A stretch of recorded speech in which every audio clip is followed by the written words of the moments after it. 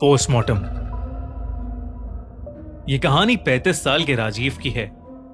राजीव एक सर्जन था और वो पिछले कुछ सालों से पोस्टमार्टम करने के लिए अपने शहर में काफी मशहूर हो गया था।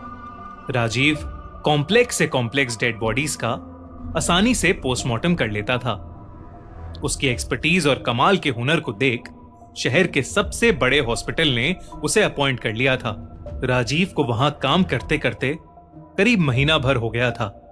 वो वहां बहुत खुश था, लेकिन उसे नहीं पता था कि उसके साथ आखिरकार क्या होने वाला है। उस दिन की तारीख थी 8 मार्च 2012। होली का दिन था और सब डॉक्टर्स मोस्टली छुट्टी पर थे और इसलिए हॉस्पिटल खाली पड़ा था। पर राजीव उस दिन हॉस्पिटल में ड्यूटी पर था। हर रोज की तरह वो हॉस्पिटल आया और सीधा पोस्टमार्टम रूम में चला गया और उसने अपना काम शुरू कर दिया। उसका असिस्टेंट उस दिन छुट्टी पर था और राजीव अकेले ही बॉडी पर ऑपरेट करने वाला था।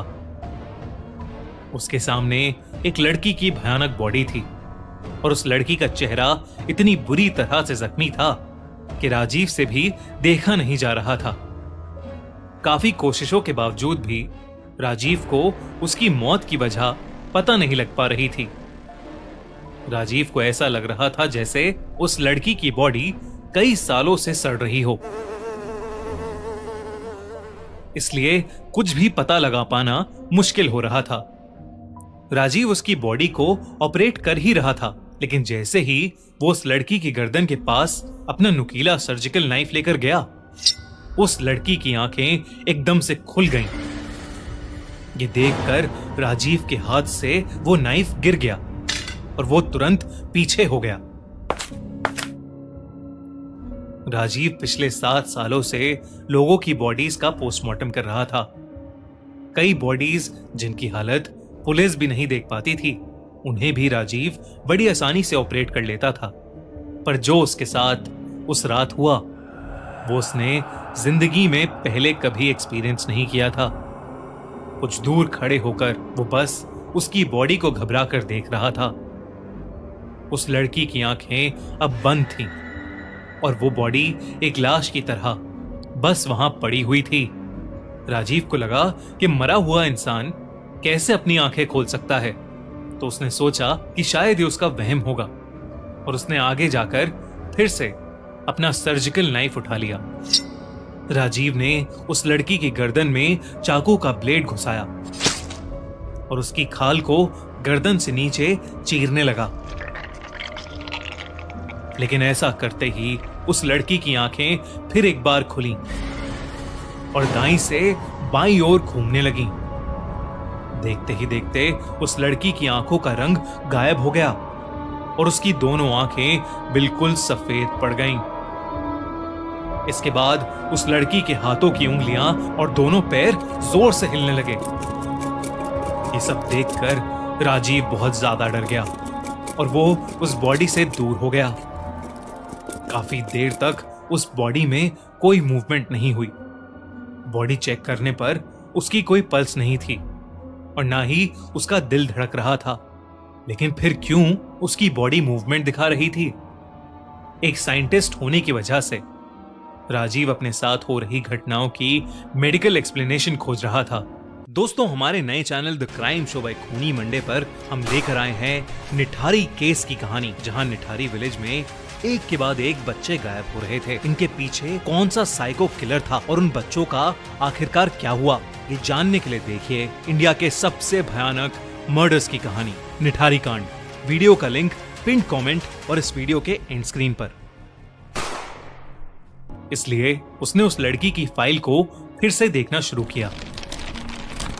पर जैसे ही राजीव ने फाइल खोलकर उस लड़की का नाम ध्यान से पढ़ा और उसकी तस्वीर देखी, उसके रोंगटे खड़े हो गए और वो फाइल उसके हाथ से मानो उछल के कहीं दूर गिर गई। राजीव के चेहरे पर बुरी तरह पसीने छूटने लगे। वो लड़की और कोई नहीं बल्कि राजीव की मेडिकल कॉलेज की लवर प्रिया थी। लेकिन इससे पहले कि राजीव कुछ समझ पाता, उसके गले को किसी ने पीछे से पकड़कर दबाना शुरू कर दिया। राजीव ने पीछे मुड़कर देखा तो प्रिया की लाश वहां खड़ी उसका गला दबा रही थी। कमरे में जल रही लाइट्स जोर जोर से फ्लिकर करने लगी। राजीव को समझ नहीं आ रहा था कि वहां क्या हो रहा है। राजीव चीख भी नहीं पा रहा था। उसने किसी तरह अपने पास में रखा अपना सर्जिकल नाइफ उठाया और उस लड़की के हाथों पर कट्स मारने लगा। पर वो लड़की अपनी सफेद आंखों से बस राजीव को घूरे जा रही थी और उसका गला दबाए जा रही थी। देखते ही देखते उस लड़की का रूप ही बदल गया। उसके बिखरे काले बाल हवा में लहराने लगे और वो जोर जोर से हंसने लगी, जैसे उसका कोई पुराना बदला पूरा हो गया हो। ऐसा लगने लगा था कि वो कोई लाश नहीं बल्कि कोई बहुत ही भयानक आत्मा है। राजीव ने अपने आप को छुड़ाने की बहुत कोशिश की, लेकिन वो कुछ ही देर में हिम्मत हार गया और उसकी आंखें बंद हो गईं। कुछ देर बाद जब राजीव की आंखें खुली तो उस हॉस्पिटल का पीएन उसके पास एक पानी का ग्लास लिए खड़ा था।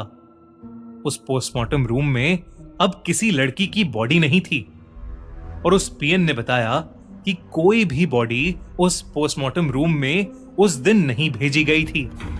उसने यह भी बताया कि उसे अचानक से पोस्टमार्टम रूम से राजीव के चीखने की आवाज सुनाई दी। वो जल्दी से जब पोस्टमार्टम रूम में आया तो उसने देखा कि राजीव खुद ही अपना गला दबा रहा था और अपना गला दबाते दबाते ही वो बेहोश होकर नीचे गिर गया था। ये सब सुनकर राजीव शॉक था। जब उसने प्रिया के बारे में रिसर्च की तो उसे मालूम पड़ा कि मेडिकल कॉलेज में एक लड़का प्रिया को प्रेग्नेंट करके उसे छोड़कर चला गया था, जिसकी वजह से प्रिया ने चलती ट्रेन के सामने आकर सुसाइड कर ली। उसकी मरने की तारीख थी 8 मार्च 2002, यानी उस दिन से एग्जैक्टली 10 साल पहले। राजीव ये सब सुनकर हिला का हिला रह गया, क्योंकि वो लड़का और कोई नहीं बल्कि राजीव खुद था। उसी ने प्रिया को प्रेग्नेंट करके उसे छोड़ दिया था। उस दिन के बाद से प्रिया की वो खौफनाक आत्मा उसे जगह जगह पर दिखने लगी। वो एक साया बनकर राजीव के पीछे पड़ गई थी। प्रिया की आत्मा राजीव को खुदकुशी करने के लिए उकसाती रहती थी और एक दिन वही हुआ। राजीव इतना ज्यादा डर गया था कि उसने ट्रेन के आगे आकर अपनी भी जान दे दी।